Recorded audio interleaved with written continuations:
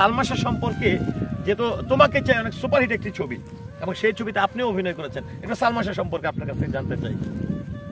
ভাই, সালমান শাহ একটা ছেলে, মনে হলে চোখে পানি এসে যায়। ভেরি ভেরি নাইস বয়, খুব ভালো ছেলে। ওর সাথে আমি একটা ছবি করেছি, তোমাকে চাই। সেই ছবিটা সুপার সুপার হিট করে সালমান শাহ সামনে। যাই হোক, তো সালমান শাহ এমন একটা ছেলে, সে কোনোদিন মেকআপ নিত, মেকআপ ছাড়া শুটিং করত। সে পারফেক্ট শিডিউলে, যেমন ওই জাম গাছতলে শুটিং হবে, 11টার সময় আসতো, কারেক্ট 11টার সময় সে বাসার থেকে ড্রেস চেঞ্জ করে চলে আসতো, নো মেকআপ।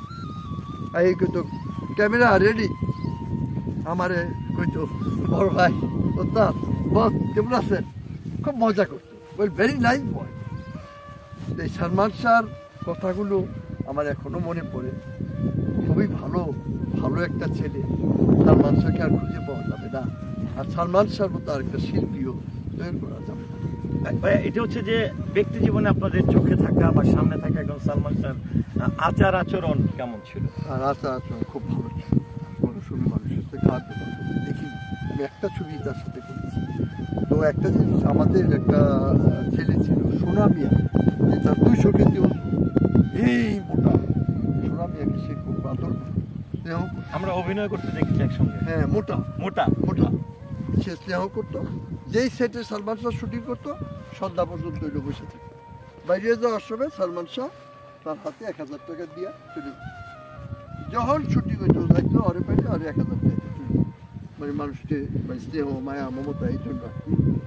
তো সালমান শাহর আরেকটা দিক হলো, সে কাজের প্রতি খুব সিরিয়াস ছিল, মানে ডেডিকেটেড ছিল, সাংঘাতিক সিরিয়াস। ফাইট টাইট সে করছে কি দামি লাগতো, নিজেই মেরে দিত এরকম। বা ডাক্তার কইছে যে তুমি একটা গুণী শিল্পী হয়ে উঠছো, এখন আমাদের ইন্ডাস্ট্রির একটা গৌরব, তোমার যদি হাত পা কোনো কিছু হয়ে যায় তখন আমাদের বলতে একটু দামি দিয়ে দেবো। আমাদের রিকোয়েস্ট, আমরা রিকোয়েস্ট করি দামি দিয়েই করে একটু, তারপরে তোমাকে দেখা, কারণ নিজে কিছু শর্ট দিয়ে দিচ্ছে, এটা রিস্কি হয়ে যায়। মানে এরকম একটা ছিল, ভালো ছিল। আচ্ছা, সালমান শাহর সঙ্গে যেটি হচ্ছে জুটি হিসাবে আসলে আপনার দৃষ্টিকোণ থেকে সবচেয়ে ভালো লাগতো কাকে? মৌসুমী শাবনূর নাকি শাবনূর সালমান শাহ শাবনূর? সালমান শাহ শাবনূর মনে হয় আল্লাহ তাকে ছুটি করে এত মধুর ছুটি, এত সুন্দর ছুটি। আমাদের তোমাকে চাই কি গানগুলো, বাবার কি গান, আর তাদের কি দিল মহব্বত, এত সুন্দর লাগছে, এত ভালো হয়েছে, আর ছবি এত তোলা চলছে। সালমান শাহ শাবনূর এই ছবিটা তোমাকে চাই, মানে বইটা শেষ করতে পারবো না। যেটা হচ্ছে ভাইয়া, যে আমরা তো খুব অকালে, সালমান শাহ তো মাত্র 4 বছর ক্যারিয়ারে 26টি চলচ্চিত্রে অভিনয় করেছে, চলচ্চিত্র করে সারা বিশ্বকে তাক লাগাই। তো যেটি হচ্ছে যে সালমান শাহর যে গুণগুলোর মধ্যে আবার কিছু কিছু বিষয় ছিল, যে সালমান শাহ এফডিসি ঢুকলেই নাকি একদম খবর হয়ে যেত যে সালমান শাহ ঢুকছে। হ্যাঁ, এরকমটা সালমান শাহ।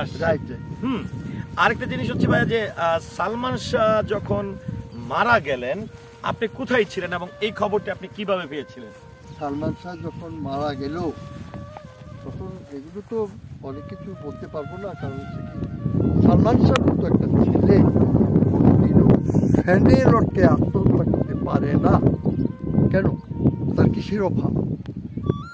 তার যদি বউ তাকে ছেড়ে চলে যায়, সালমান শাহ 10টা বউ, হ্যাঁ, সে এখানে আমরা এই ঈশ্বরকে দেখতে যাচ্ছি না, ফ্যানে সে আত্মহত্যা করেনি, তাকে কেউ মেরে ফ্যানের মধ্যে জুড়ে রাখে, এইটি হলো সত্যি কথা।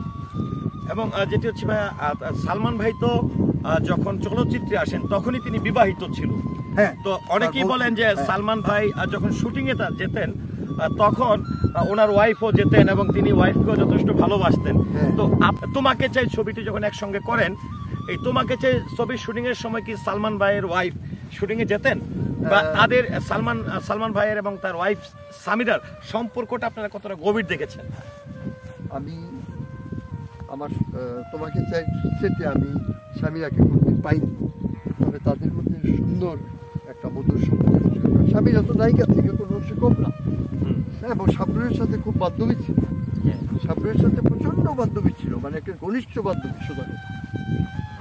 তো যেটা হচ্ছে যে সালমান ভাইয়ের যে শূন্যতা, বা আপনি কি বর্তমান প্রজন্মের কাউকে কি সালমান ভাইয়ের মতন কি দেখতে পান, বা এরকম কি এর পরবর্তীতে পেয়েছেন? এখন একটা কথা আছে না যে something is better then nothing.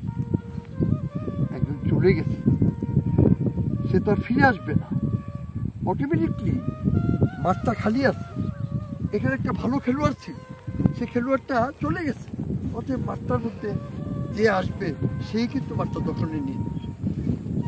আমাদের একজন শাকিব খান আসবে, আস্তে আস্তে আস্তে আস্তে আগাতে আগাতে আগাতে আগাতে শেষ পর্যন্ত একটা ভালো জায়গায় চলে গেছে।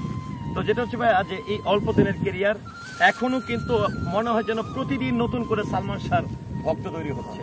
মানে একটা জিনিস হচ্ছে যে মানুষ রানিং কাজ করছে, তার ভক্ত নতুন করে তৈরি হচ্ছে। এখনো তার মৃত্যুবার্ষিকী আসলে ওর আগের থেকেই অনেক কিছু করা হয় সালমান শাহ। তো আমি সর্বশেষ সালমান ভাইয়ের গল্প বলেও কিন্তু শেষ করা যাবে না, কারণ এত অল্প সময় এত স্মৃতি রেখে গেছেন যে স্মৃতি আসলে শেষ করার নয়, বলে শেষ করার মতন নয়। তো সর্বশেষ একটু আপনি যদি যারা সালমান ভক্ত, কারণ আপনার ভক্ত সালমান ভক্ত একই, কারণ আপনারা চলচ্চিত্রের মানুষ, অভিনেতা, সেক্ষেত্রে সালমান ভক্তরা যে এখনো সালমান শাহকে শ্রদ্ধা ভরে স্মরণ করে, তাকে নিয়ে তার মৃত্যুবার্ষিকীতে তার মিলাদ হয়ে থাকেন বা জন্মদিন উদযাপন করে থাকেন, এই উদ্দেশ্যে আপনি কিভাবে সালমান ভক্তদের প্রতি ভালোবাসা দেখাতে চান? তবে একটা জিনিস কি, সালমান শাহ চলে গেছে, বড়বারে চলে গেছে। আমি এখনো সিলেট গেলে শাহজালাল মাজারে তার কবরে গিয়া আমি একটা দোয়া খেলা করি। সেটা আমিও দুইবার গেছি, দুইবারই করে এসেছি। যখনই যাই ওখানে ওনার কবরটা জিয়ারত করে আসি। সালমান শাহ তবে একসাথে কাজ করছি, ভালো ছেলে। আরেকটা কথা বলতে হয়, 70 বছরের বয়স্ক বুড়ি, ও যখন মারা গেল আমাকে বলতেছিল, এই বাঙালি শোনো, তোমার আমি 2 দিন ধরে খবর দিতে চাইও না, কেন কি হয়েছে? সালমান শাহ মরে গেছে।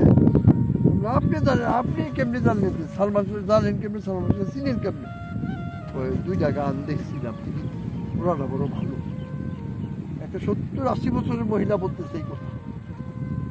তো যাই হোক, আমার কথা হলো সালমান শাহ অনেক ভালো অভিনেতা ছিল, ভালো ছেলে ছিল, এবং খুব মানে সিনসিয়ার বয় ছিল। তো আজকে সালমান শাহ নাই, সেই জায়গায় কেউ আসতে পারবে। আমি একটা আগেই বাক্য দিয়ে দিচ্ছি যে আপাতত আমাদের যে আছে শাকিব খান, সে তার রাজত্বে চলে আসছে, সে আমাদের সুপারস্টার নায়ক শাকিব খান। তো যাই হোক, এইভাবেই হয়তো বা যেরকম চলচ্চিত্র সংশ্লিষ্ট যারা আছেন, শিল্পী, কলা কৌশলী থেকে শুরু করে সকলের কাছেই কিন্তু অমর নায়কের নাম সালমান শাহ। সারা দেশের কোটি ভক্তদের কাছেও অমর নায়ক সালমান শাহ। অমর নায়ক হয়েই থাকবেন সকলের হৃদয়ে, স্বপ্নের মাঝেই ফিরে আসবেন বারবার স্বপ্নের নায়ক সালমান। সারা দেশের সালমান ভক্তদের প্রতি আমি শ্রদ্ধা জ্ঞাপন করছি। সবাইকে আমাদের ভিডিওটি সঙ্গে থাকার জন্য ধন্যবাদ জ্ঞাপন করছি। সবার কাছে সালমান শাহর জন্য দোয়া প্রার্থনা করছি। আল্লাহ হাফেজ।